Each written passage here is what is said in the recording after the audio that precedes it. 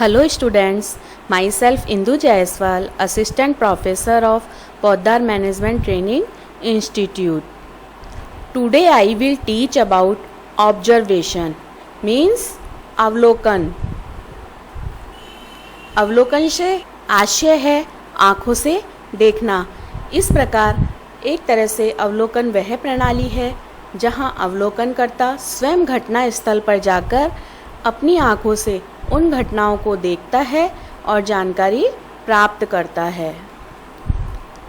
सामाजिक विज्ञानों के क्षेत्र में अवलोकन पद्धति का प्रयोग कई विद्वानों ने किया. जॉन हावर्ड ने कैदियों के जीवन और जेल की दशाओं का, फ्रेडरिक लिपले ने श्रमिक परिवारों पर औद्योगिकरण के प्रभावों का और चार्ल्स बूथ ने लंदन के श्रमिकों का अध्ययन अवलोकन पद्धति के द्वारा किया. चार्ल्स बूथ ने श्रमिकों का अध्ययन सहभागी अवलोकन पद्धति द्वारा कर the life and labour of the people of London नामक पुस्तक 17 खंडों में विभाजित की. प्रसिद्ध मनोवैज्ञानिक C.S. मोजर ने अपने शब्दों में कहा कि अवलोकन को सुंदर ढंग के वैज्ञानिक जांच पड़ताल की पद्धति कहा जा सकता है. यानी कि अवलोकन को स्पष्ट रूप से वैज्ञानिक अन्वेषण की एक शास्त्रीय विधि भी कहा जाता है. ठोस अर्थों में अवलोकन में कानों तथा वाणी की अपेक्षा आँखों का प्रयोग स्वतंत्र है. मोजर का यहाँ कहना है कि अवलोकन में आँखों का प्रयोग स्वतंत्र रूप से किया जाता है, जबकि कानों और वाणी का प्रयोग स्वतंत्र रूप से नहीं किया जाना चाहिए, क्योंकि कई बार कानों से सुनी बातें और मुंह के द्वारा बोली गई बातों की अपेक्षा आँखों द्वारा जो चीज़ स्पष्ट रूप से देखी जाती है वही सही होती है. जैसा कि हम जनरल वे में देखते हैं कि हमने किसी से कोई बात कही, वो दूसरे कानों तक पहुंची, दूसरे ने उन बातों को सुना और अगले व्यक्ति तक उसे अलग शब्दों में प्रकट किया. तो इस प्रकार जो भी बात होती है वो अंतिम व्यक्ति तक पहुंचते पहुंचते गलत रूप धारण कर लेती है. इसलिए कहा गया है कि जो आँखों से देखी गई बात होती है, जो अवलोकन किया जाता है, वो ही सही होता है. अब हम देखेंगे कि अवलोकन में कई प्रकार बताए गए हैं, जैसे अनियंत्रित अवलोकन, नियंत्रित अवलोकन और समूह अवलोकन. अनियंत्रित अवलोकन के अंतर्गत सहभागी अवलोकन, असहभागी अवलोकन और अर्ध सहभागी अवलोकन बताए गए हैं, जबकि नियंत्रित अवलोकन में घटना पर नियंत्रण और घटना के अवलोकनकर्ता पर नियंत्रण बताया गया है. और तीसरे प्रकार का जो अवलोकन है वो है समूह या सामूहिक अवलोकन. सबसे पहले हम बात करते हैं अनियंत्रित अवलोकन की. अनियंत्रित अवलोकन को सरल अवलोकन के नाम से भी जाना जाता है, जिसमें अवलोकनकर्ता पर किसी भी प्रकार का नियंत्रण नहीं रहता है. प्रसिद्ध मनोवैज्ञानिक P.V. यंग ने कहा है कि अनियंत्रित अवलोकन में हमें वास्तविक जीवन घटनाओं की गहन परीक्षा करनी होती. अनियंत्रित अवलोकन में अवलोकनकर्ता को स्वतंत्रता प्राप्त होती है. इसे अनौपचारिक और स्वाभाविक निरीक्षण भी कहा जाता है. अनियंत्रित जो निरीक्षण होता है, इसमें व्यक्ति या समूह के को बिना पूर्व सूचना के जैसे वह स्वाभाविक गतिविधियां कर रहा है उसी का निरीक्षण किया जाता है. मान लीजिए किसी कक्षा का किसी अधिकारी द्वारा कोई निरीक्षण किया जा रहा है, लेकिन वह चुपचाप ही कक्षा को बाहर से देखकर चला जाता है और वो बिना किसी सूचना के चेक करता है कि कक्षा में क्या हो रहा है. इसके अलावा कक्षा में आजकल जो कैमरे लगे हुए होते हैं वो भी स्वाभाविक अवलोकन होता है. कक्षा में शिक्षक क्या कर रहा है, छात्र रुचि ले रहे हैं या नहीं, यह निरीक्षण किया जाता है। इसी प्रकार प्रतिदिन शिक्षक कक्षा में पढ़ाते समय अपने छात्रों की गतिविधियों का निरीक्षण करता है। हम शिक्षक हैं तो हम रोज़ाना यह देखते हैं कि कक्षा में बालक क्या कर रहा है। हम पढ़ाते वक्त कई बार उनकी कुछ बातों को इग्नोर कर देते हैं, लेकिन जब उस बात की अति हो जाती है तब हमें उसे कहना पड़ता है। लेकिन कुछ छात्र यह सोचते हैं कि शिक्षक हमारे पर नज़र नहीं रख रहे हैं, लेकिन ऐसा नहीं है। शिक्षक कक्षा में स्वाभाविक निरीक्षण करता है। एक तरह से ये अनियंत्रित अवलोकन होता है। अनियंत्रित अवलोकन में जो पहला प्रकार आता है वो है सहभागी अवलोकन। सहभागी अवलोकन में अवलोकनकर्ता अध्ययन की जाने वाली परिस्थितियों में स्वयं भाग लेता है और उस समूह का औपचारिक सदस्य बन जाता है। इस पद्धति का प्रयोग तब किया जाता है जबकि अनुसंधानकर्ता उस समूह से स्वयं घुल मिल जाता है जिसका कि वह अध्ययन करना चाहता है। सहभागी अवलोकन इस सिद्धांत पर आधारित है कि किसी घटना का विश्लेषण तभी करीब करीब शुद्ध हो सकता है जब वह बाहरी और आंतरिक दृष्टिकोण दोनों से मिलकर बना हो। इस प्रकार उस व्यक्ति का दृष्टिकोण जिसने घटना में भाग लिया है और जिसकी इच्छाएं एवं स्वार्थ उसमें किसी न किसी रूप में निहित होते हैं, उस व्यक्ति के दृष्टिकोण से निश्चय ही कहीं अधिक यथार्थ और अलग होगा, जो सहभागी ना होकर केवल ऊपरी दृष्टा या विवेचनकर्ता के रूप में रहा होता है। यानी कि सहभागी अवलोकन में जो अवलोकन करता है उसे स्वयं उस समूह के बीच में रहना होता है। यदि वह स्वयं समूह में सम्मिलित होगा तो वह आंतरिक रूप से गुण और दोषों का सूक्ष्म अवलोकन कर सकेगा। दूसरा प्रकार का जो अवलोकन आता है वो है असहभागी अवलोकन। असहभागी अवलोकन में अनुसंधानकर्ता भाग नहीं लेता है। वह समुदाय में उपस्थित तो रहता है लेकिन समुदाय की क्रियाओं और व्यवहारों में हिस्सा नहीं बटाता है। सामुदायिक क्रियाओं में भाग न लेते हुए भी उसकी गहराई में जाने का वह प्रयास करता है। इस प्रकार वह समुदाय का निष्पक्ष और स्वतंत्र अध्ययन करता है। तीसरे प्रकार का अनियंत्रित अवलोकन का जो रूप है वो है अर्ध सहभागी अवलोकन। कई बार समुदाय के अध्ययन में न तो पूर्ण रूप से भाग लेना ही संभव हो पाता है और न ही पूरी तरह से अलग रहना। इन दोनों माध्यमों से पूर्ण अध्ययन करने में कठिनाई कई बार उत्पन्न होती है।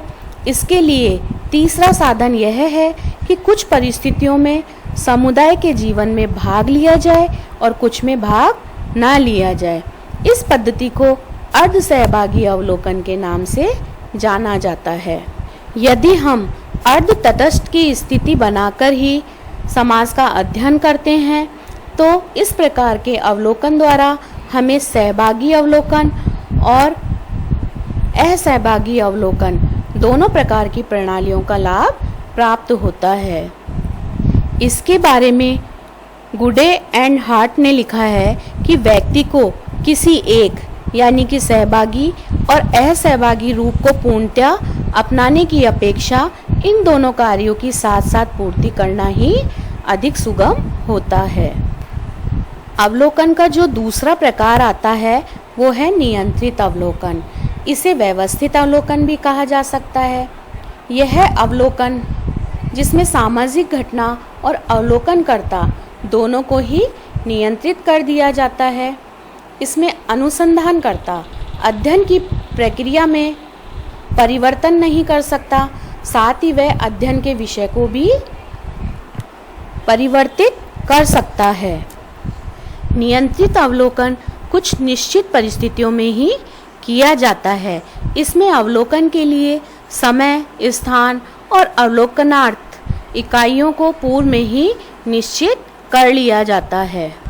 नियंत्रित अवलोकन को हम एक उदाहरण के माध्यम से समझ सकते हैं। यदि पूर्व सूचना के आधार पर मान लीजिए किसी कॉलेज या विद्यालय में कोई अधिकारी इंस्पेक्शन के लिए आता है, वे पहले से ही जानकारी दे देते हैं कि हम आपके कॉलेज का निरीक्षण करने आएंगे। तो यह पूर्व सूचना पर आधारित होता है। जब हमें पहले से ही मालूम होता है कि कोई निरीक्षण करने आ रहा है और हमें पहले से ही निर्धारित डेट का पता होता है, तो हम सब कुछ व्यवस्थित रूप से कर लेते हैं। जो भी अपनी कमियां होती हैं उसे सुधार लेते हैं। लेकिन नियंत्रित अवलोकन में निरीक्षण किए जाने वाले व्यक्ति का व्यवहार बनावटी हो जाता है, उसमें स्वाभाविकता नहीं रहती है। पीवी यंग ने कहा है कि नियंत्रित निरीक्षण निश्चित पूर्व निर्धारित योजना के अनुसार ही किया जाता है। नियंत्रित अवलोकन में घटना पर नियंत्रण रखा जाता है। इसे सामाजिक प्रयोग की पद्धति के रूप में भी जाना जाता है। जिस प्रकार भौतिक शास्त्री जो होते हैं अपनी घटनाओं का प्रयोग प्रयोगशाला में करते हैं, ठीक उसी प्रकार जो समाजशास्त्री होते हैं वो भी सामाजिक घटनाओं का प्रयोग प्रयोगशाला में करते हैं। इस पद्धति के अनुसार सामाजिक घटनाओं को एक निश्चित दशा में रखकर उनका अध्ययन किया जाता है। इसमें एक तरह से सामाजिक घटनाओं को नियंत्रित किया जाता है। दूसरा है घटना के अवलोकनकर्ता पर नियंत्रण। सामाजिक घटनाओं की प्रकृति इस प्रकार की होती है कि उस पर कई बार नियंत्रण रखना कठिन हो जाता है। ऐसी स्थिति में अवलोकनकर्ता पर ही नियंत्रण रखा जाता है। यह नियंत्रण इसलिए रखा जाता है कि अवलोकनकर्ता समुदाय के प्रभाव में आकर पक्षपात ना करे। अवलोकनकर्ता पर कुछ साधनों के द्वारा नियंत्रण लगाया जा सकता है, जैसे अवलोकन की विस्तृत योजना बनाकर और क्षेत्र के बारे में विस्तृत नोट्स तैयार करके, अनुसूची और प्रभाव का प्रयोग करके, यह निश्चित करके कि समुदाय के कितने और किस प्रकार के फोटो लिए जाएंगे, मानचित्र का प्रयोग करके, समाज नीति के पैमानों का प्रयोग करके, डायरी, कैमरा, सिनेमा, फिल्म, इन सब का प्रयोग करके। नेक्स्ट आता है समूह अवलोकन। समूह अवलोकन में अनियंत्रित और नियंत्रित दोनों प्रकार के अवलोकन, जैसा कि इसके नाम से ही स्पष्ट होता है। सामाजिक घटना का अवलोकन एक समूह की पद्धतियों का समावेश है, यानी कि एक समूह के द्वारा किया जाता है। इस पद्धति के अनुसार किसी भी एक सामाजिक घटना का अवलोकन बहुत सारे अनुसंधानकर्ता करते हैं और अपनी लिखित सामग्री को इस संबंध के केंद्रीय स्थान पर भेजा जाता है, जहां पर सभी अनुसंधानकर्ताओं के द्वारा जो भेजी गई सामग्री है उसका तुलनात्मक विश्लेषण किया जाता है और विभिन्नता के होने पर वापस से यानी कि पुनः अवलोकन किया जाता है। इस प्रकार मुख्य रूप से अवलोकन को 3 प्रकारों में बांटा गया है। इसके अलावा किसी व्यक्ति का व्यवहार जैसा हो रहा है उसी के रूप में उसका अवलोकन किया जाए तो यह प्रत्यक्ष अवलोकन कहा जाता है। और यदि परोक्ष निरीक्षण यानी किसी निरीक्षक से प्राप्त तथ्यों के आधार पर व्यक्ति का जो अवलोकन होता है वह अप्रत्यक्ष अवलोकन कहलाता है। इसी प्रकार बाहरी और आंतरिक अवलोकन भी किया जाता है, यानी कि किसी बाहरी व्यक्ति पर अवलोकन निर्भर रहता है, यानी कि किसी व्यक्ति का अवलोकन दूसरे व्यक्ति द्वारा किया जाता है तो वो बाहरी अवलोकन कहा जाता है। और यदि किसी व्यक्ति का स्वयं द्वारा अवलोकन किया जाता है तो वह आंतरिक अवलोकन के अंतर्गत आता है। अवलोकन के प्रकारों को जानने के बाद अब हम देखेंगे कि अवलोकन विधि की क्या क्या विशेषताएं हो सकती हैं। सबसे पहले अवलोकन की जो मुख्य विशेषता है वह है प्रत्यक्ष विधि। अवलोकन को सामाजिक अनुसंधान की प्रत्यक्ष विधि बताया गया है, जिसमें अनुसंधानकर्ता सीधे अध्ययन वस्तु को देखता है और स्वयं निष्कर्ष निकालता है। दूसरी जो विशेषता है वो है वैज्ञानिक पद्धति। सामाजिक अनुसंधान अन्य पद्धतियों की तुलना में अवलोकन पद्धति को अधिक वैज्ञानिक मानता है, क्योंकि इस पद्धति के द्वारा अपनी आंखों से देखकर सामग्री का संग्रहण किया जाता है, जिससे वो अधिक विश्वसनीय और वैज्ञानिक होती हैं। तीसरी जो विशेषता है वो है मानव इंद्रियों का पूर्ण उपयोग। अन्य पद्धतियों की तुलना में इसमें मानव इंद्रियों का पूर्ण रूप से प्रयोग किया जाता है। इससे सामाजिक घटनाओं को आंखों से देखकर जांच पड़ताल की जाती है। नेक्स्ट है प्राथमिक सामग्री का संकलन।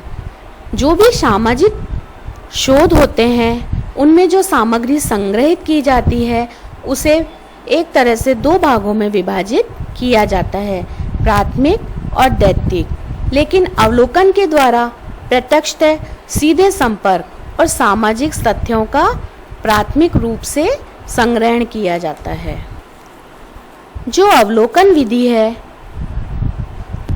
इसमें अध्ययन विषय और घटना का अति सूक्ष्म और गहन अध्ययन किया जाता है। इसमें घटनाओं की वास्तविक प्रकृति, उनकी गंभीरता, विस्तार और परस्पर संबंधों का सूक्ष्म अवलोकन करके ही वास्तविक तथ्यों का संकलन किया जाता है। अवलोकन पद्धति को अधिक विश्वसनीय पद्धति माना गया है, क्योंकि इसमें किसी समस्या या घटना का उसके स्वाभाविक रूप से अध्ययन किया जाता है। इसलिए इसके द्वारा जो भी निष्कर्ष प्राप्त होते हैं वो बहुत ही अधिक विश्वसनीय होते हैं। अवलोकन की जो अन्य विशेषता है वो है पारस्परिक और कार्य कारण संबंधों का ज्ञान, यानी कि पारस्परिक संबंधों का अवलोकन विधि के माध्यम से पता लगाया जा सकता है। सीए मोजर ने अवलोकन को अनुभव या प्रयोग पर आधारित अध्ययन माना है, क्योंकि अवलोकन प्रणाली का प्रयोग सामूहिक व्यवहार के अध्ययन के लिए किया जाता है।